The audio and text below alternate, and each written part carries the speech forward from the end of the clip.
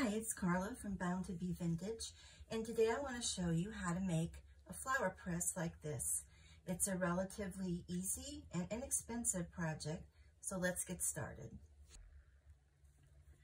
So the first thing you need to assemble your flower press are 2 bamboo cutting boards. These are from the Dollar Tree. I'll show you the tag here. It's the Cooking Concepts brand, and these are $1.25 at the Dollar Tree. I had a little bit of trouble finding them. I had to wait a month or so and go to a couple different Dollar Trees before they came in stock. These seem to be an item that are there sometimes and sometimes they aren't. You could probably substitute other pieces of wood. The nice thing about these is that they're just kind of finished. You don't have to do anything to them other than if you want to embellish them. I've embellished mine with a small wood cutout. These are from American Crafts. It was a package of all floral cutouts. I found these at a thrift store for about $1.50. If you don't have some kind of wood cutout you want to put on it, you could use a decoupage, fussy cut a floral image and decoupage it, or you could stencil or maybe stamp and ink. Those might be some different ideas on how to embellish it. You may have some of your own. I've just glued mine on, and I think a simple glue, like Eileen's Tacky Glue, or any kind of craft glue you have that would work with wood, would be good to apply the applique. In addition to the 2 bamboo boards, we need all of the sandwich that goes in between of papers and cardboard to provide the weight that presses the flowers and also to absorb the moisture. So this is my sandwich, is what I'm going to call it. And I have 6 layers of cardboard with paper sandwiched in between. There are 2 sheets of paper between each piece of cardboard. I want to be sure to have cardboard at the top and at the bottom next to the covers. And then each layer in between has 2 sheets of paper. And this gives us the place where the flowers will go to dry. I have one in here I can show you.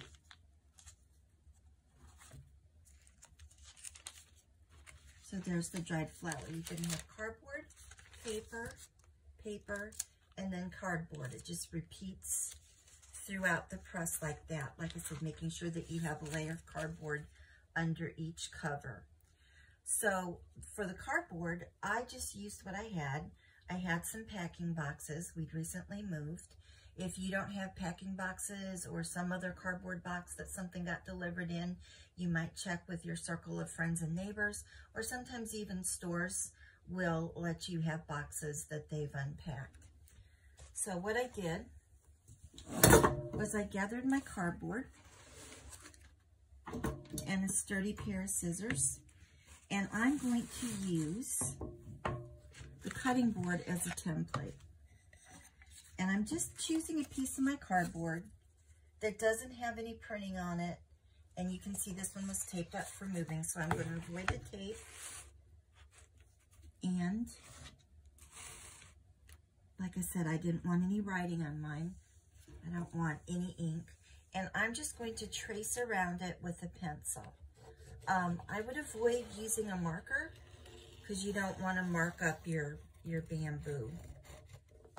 But you could use a pencil, a colored pencil.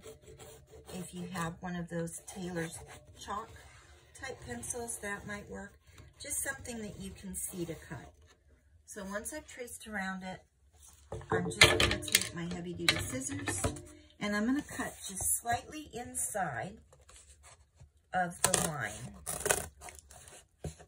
Now this thick cardboard is relatively hard to cut.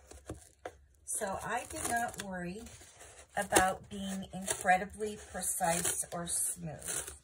I just wanted to get down the basic shape.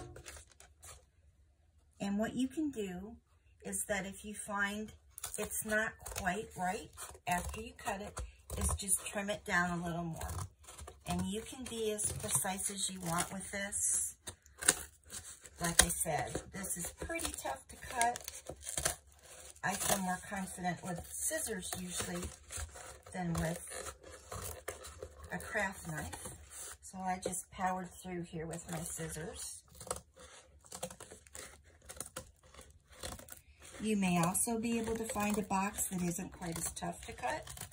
Like I said, I was trying to do this project on the cheap, so I used what I had.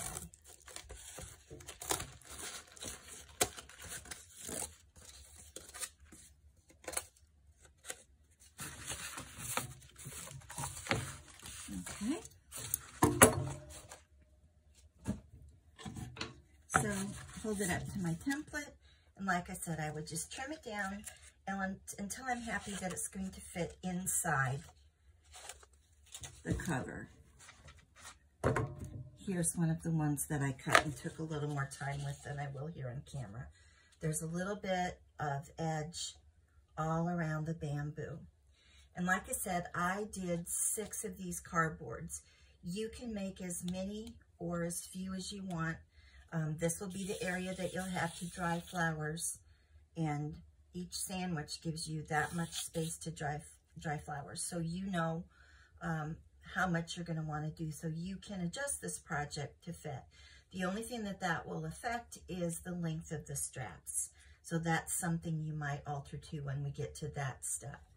Now, I need papers, and like I said, I have 10 of them, 5 sets to go between my 6 pieces of cardboard.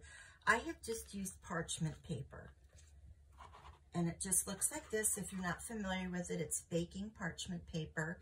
This is also available at the Dollar Tree, Walmart, places like that.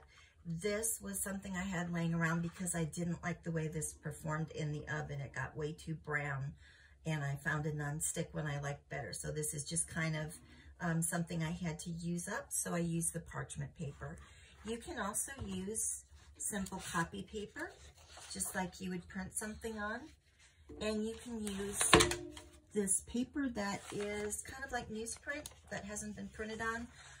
There are inexpensive kids drawing tablets in places like Dollar Tree, and they're full of this paper that has kind of this grayish beige. You can see this one's folded in half. It was very large. So what I could do is make my paper out of any of these. For this demonstration, I'll just use this one folded in half because this would save me time. This will give me 2 at the same time. So again, I'm just going to use my bamboo cutting board as a template. Draw around it as close to it as I can get.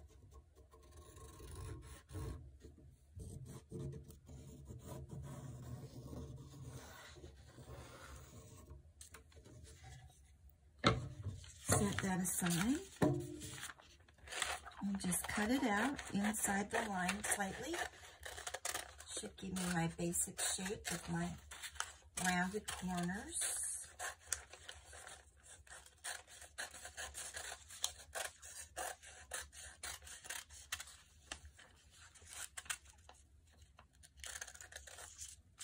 And there, that gives me 2 at one time.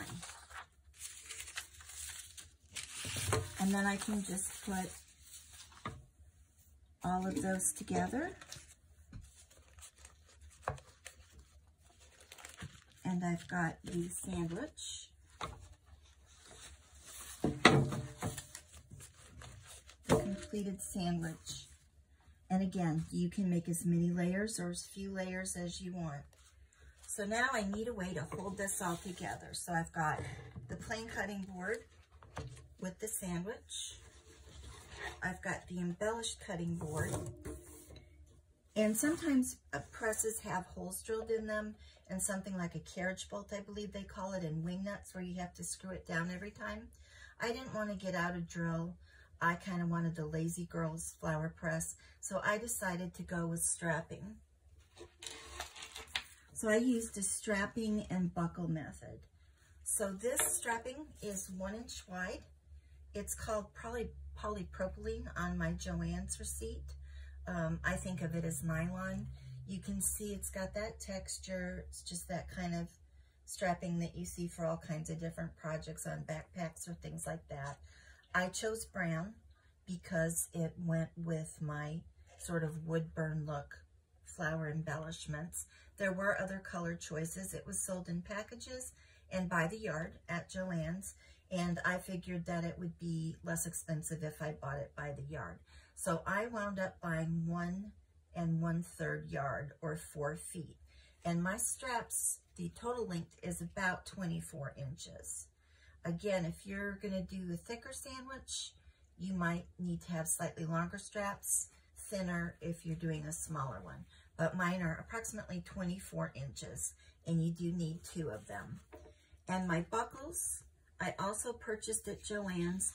I like Joann's because they still have coupons, and I always have the app on my phone, and I can almost always save 40% on one item. So I did use the 40% on the strapping. I think it was about $5 a yard, and then I saved the 40% on that. And then I use these buckles. They're adjustable slide buckles. They're 1 inch, so they will fit over the 1 inch strapping. I liked mine because they had kind of this gold tone. You could probably do D-rings or other things like that, but I just like the look of these slide buckles, and that seems simple to me. So what you'll do is cut your strapping. Again, just a good sturdy pair of scissors, and you will just cut the strapping. I don't have any spare strapping left to show you, but you're just gonna cut it to the length you want. Now, strapping will fray if you don't seal it. So I looked online on how to seal it, and people use lighters. I did not have a lighter on hand, so what I did was I got out one of my tea candles, like I use for sealing wax, and I always put it on glass when I'm working in my craft room, just to keep that hot metal off of something else. You want to be careful with this step, obviously, and keep anything flammable away from it while you're doing this. If you're doing a lighter, you would just hold your strap and run the flame. Now you have to keep the flame a ways away from the strapping because it's going to start melting. And if you're too close, you're going to get a very burned look. It will look a little bit browner on the edge anyway when it melts. But if you're too close, you burn it. So what I did was I had my tea candle lit, and I just held my strapping and went like this and watched very closely. I've got it, you know, a couple inches away from that wick, and you can see it start to melt. Now, I found that both of my corners kind of had little fibers sticking out, even though this part had sealed. So I just held it like point down, again, keeping it a couple inches away from that flame and being careful not to burn yourself. And then I flipped it over and did it on the other side and just touched with my finger once it cooled and made sure that the fiber wasn't hanging loose so it couldn't fray. So you will want to seal both ends of your 2 straps. So that's 4 times you need to do the sealing. Once you've got it sealed, you can install the buckles.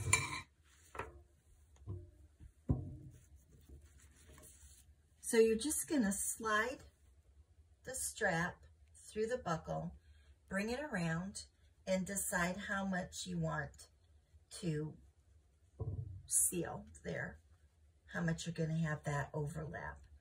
I just used glue for this. I wasn't sure my sewing machine could handle going through 2 layers of this nylon strapping, and I didn't want to risk breaking my needle.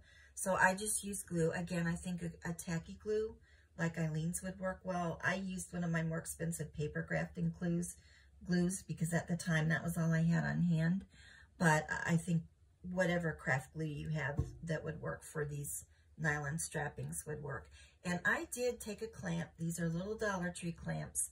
And I clamped it and let that dry for a while before I went on with the project. Now, what I did on the opposite end of my strap was I just added a little decorative piece, and it was really just, it's decoration. There's no other real purpose. I just had some upholstery tacks I'd had forever. I took wire cutters and cut the point off of it and super glued this on because the other glues didn't seem to hold, so I did use super glue. I did get some seep through of the super glue on the back side. Like I said, this is in no way functional. It was just strictly decorative and not necessary. So once you have your buckles in there and you've glued it and clamped it down to hold it in place and it's dried really well, you can go ahead and assemble your flower press. So let me move all this aside. To do that, you're just going to take a strap. Let's take this one, and I'm going to lay it underneath.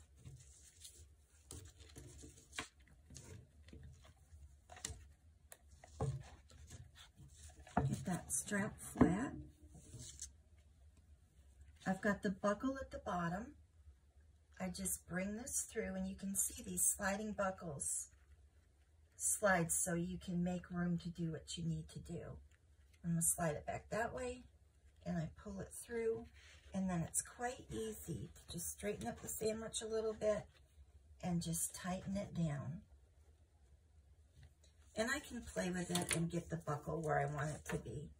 But again, I'm just going to put the strap underneath with the buckle down at the bottom.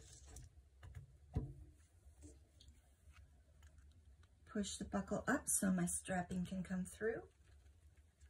Push the buckle the opposite way so it can come through here. And then I just push on it and tighten it, and then I can just play around a little to get the straps even. And there you go. You have your flower press ready to go. I hope you've enjoyed this project, and let me know in the comments how it goes for you if you decide to make one, or what choices you made on yours with the materials that you had that I might not have thought of. And if you enjoy content like this, I do some DIYs, I do junk journal flip throughs, and I also do thrift hauls, and I thrift with creating paper projects and art journals in mine. If you like all that, I hope you'll subscribe. I'd love to have you come along regularly. Thanks, and I'll see you in the next video.